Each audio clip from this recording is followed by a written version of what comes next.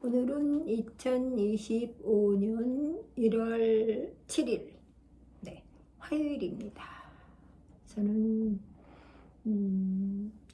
5시에 일어나서 출근 준비하고 지금 퇴근하여 지금 5시 39분, 40분이 다 되어가고 있는 시간에 이제 저녁 먹거리를 앉혀놓고 이제 한 10분 정도 되는 짬나는 시간에 오늘의 시 읽기, 마음 챙김의 시를 한 편 읽어보도록 하겠습니다.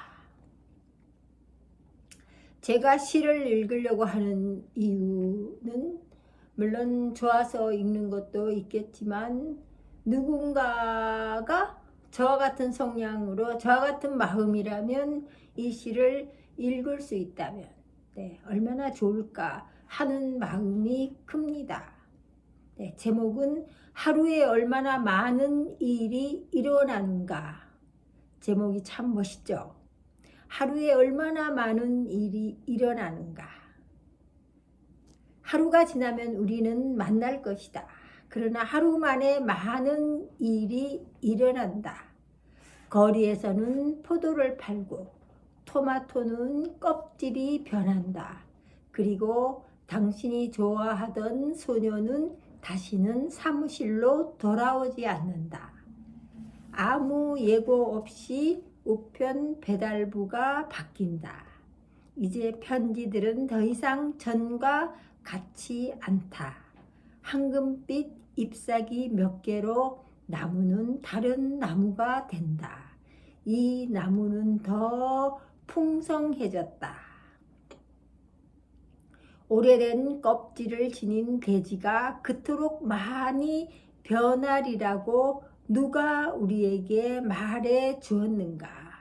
어제보다 더 많은 화산이 생겨나고 하늘은 새로 생겨난 구름들을 가지고 있으며 강물은 다른 방향으로 흐른다. 또 얼마나 많은 것들이 세워지는가.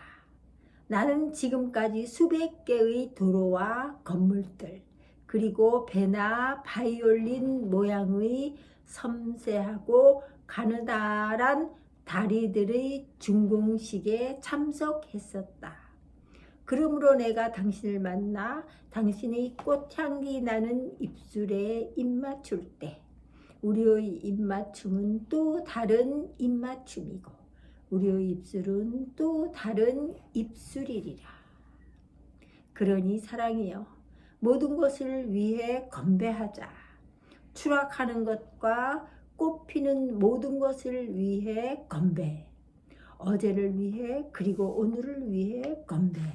지나간 날들과 다가올 날들을 위해 건배. 빵과 돌을 위해 건배. 불과 비를 위해 건배.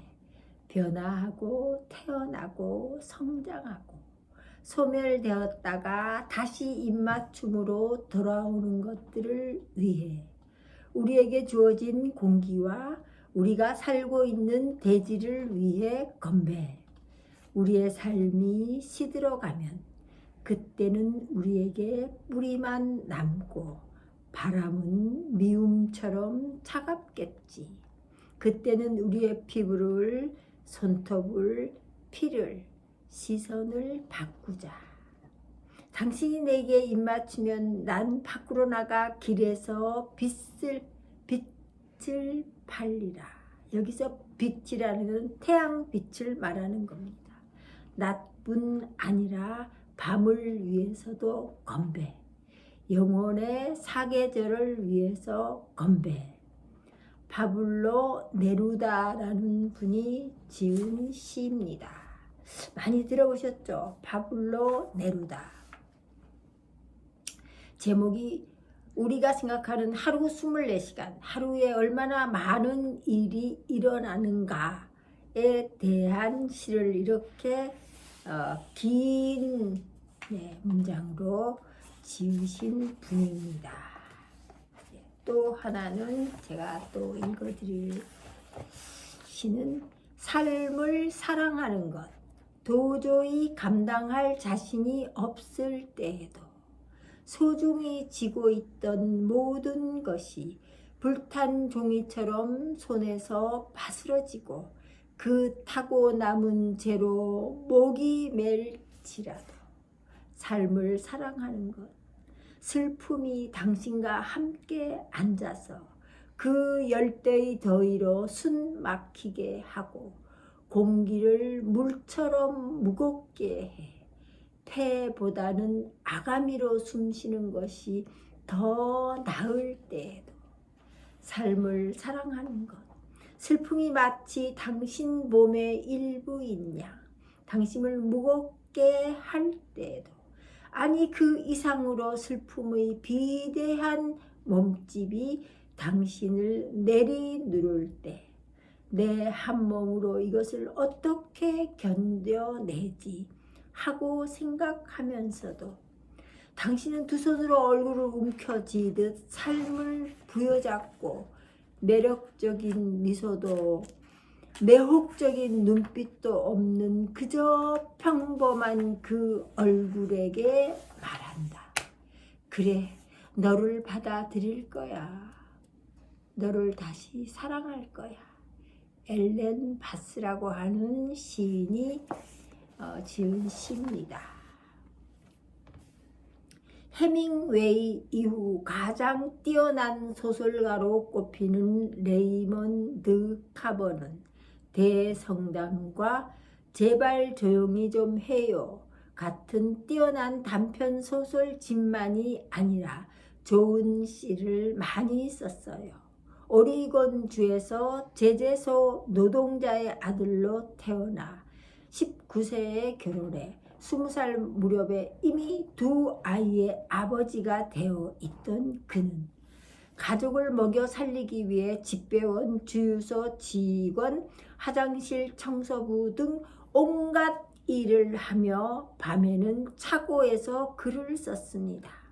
당장 원고료를 받아야 했기에 짧은 시간에 완성할 수 있는 단편소설을 매일 써서 단편소설의 대가가 되었답니다. 끝없이 관계가 나빴던 첫 아내와의 이혼 후 레이먼드는 40살의 시인인 테스 갤러러를 만나 비로소 정신적 안정을 찾고 오랜 알코올 중독에서도 벗어났다 합니다. 하지만 10년 뒤 폐암으로 세상을 뜨고 말았습니다. 시 사용 허락을 받기 위해 출판사에 연락했으나 회신이 없어 미망인 테스에게 이메일을 보냈죠. 금방 답장이 왔어요. 자기 남편의 시를 시집에 실어줘서 정말 고맙다고. 그리고 이 낯설고 불안한 시대에 이 시집이 위안과 정신적인 힘을 주게 되기를 바란다면서 작곡가인 송자 브라이언이 2번이나 서울을 여행했는데 무척 마음에 드는 곳이라고도 했습니다. 그럼에도 너는 이 생에서 네가 얻고자 하는 것을 얻었는가? 그렇다. 무엇을 원했는가? 나 자신을 사랑받는 사람이라고 부르는 것. 이 지상에서 내가 사랑받는 존재라고 느끼는 것. 레이먼드 카버라는 분이 쓰신 시입니다.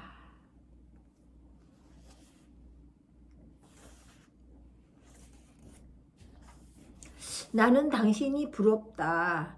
매 순간 당신은 나를 떠날 수 있다. 나는 나를 떠날 수 없다. 이 시는 나는 당신이 부럽다. 매 순간 당신은 나를 떠날 수 있기 때문에 그러나 나는 나를 떠날 수 없다. 나는 이 세상을 사랑한다. 이곳에서 시를 발견하고 아름다운 사람들을 만났으니까. 나는 세상에서 가장 멋진 집단이 시인 집단이라고 여기며 시를 읽기 위해 반드시 문학 전공자가 될 필요는 없다. 시는 오히려 엘리트주의를 배격하고 애매모호함의 대명사처럼 오해되지만 시는 사실 더없이 명료하고 가슴으로 다가간다. 미국 시인 빌리 콜린스가 말했듯이 우리에게 말을 거는 시가 있고 문학적 실험을 추구하는 시가 있다. 물론 그 두 가지가 조화를 이룬 시도 있지만 우리의 가슴을 건드리는 시는 확실히 우리에게 말을 걸어오는 시이다. 삶에 대해 말할 때 우리가 읽는 시가 바로 그런 시들이다. 북인도 바라나시에서 길을 걷다. 어떤 나무에 많은 새들이 앉아 있는 것을 바라보았다. 호기심에 이끌려 다음 날도 또 그 다음 날도 그곳으로 갔다. 유독 그 나무에만 많은 새들이 모여서 지저귀고 있었다. 그 지역 사람들에게 이유를 물었지만 누구도 뚜렷한 대답을 하지 못했다.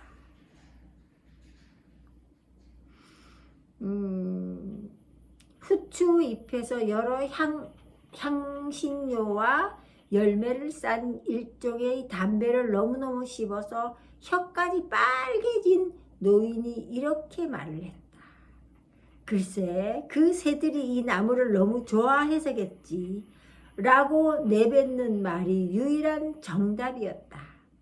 만약 당신이 이 새라면 아무 나무에나 앉을 것 같지만 실제로 새가 되어 본다면 그렇게 하지 않을 것이다.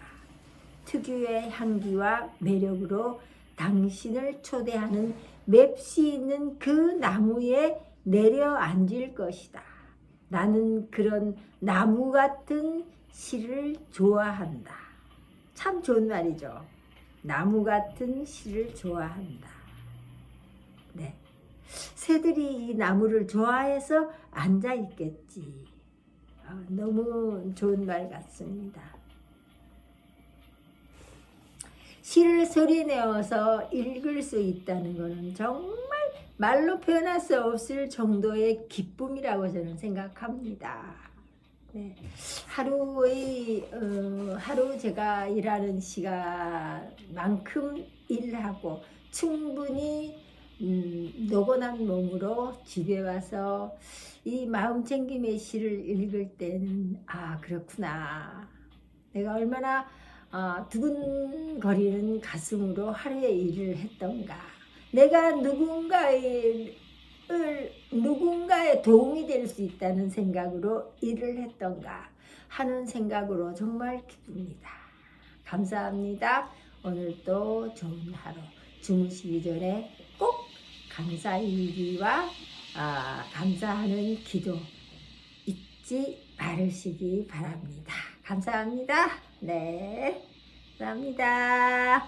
내일 또 반가운 모습으로 즐거운 마음으로 만나 뵙기를 약속드립니다. 감사합니다.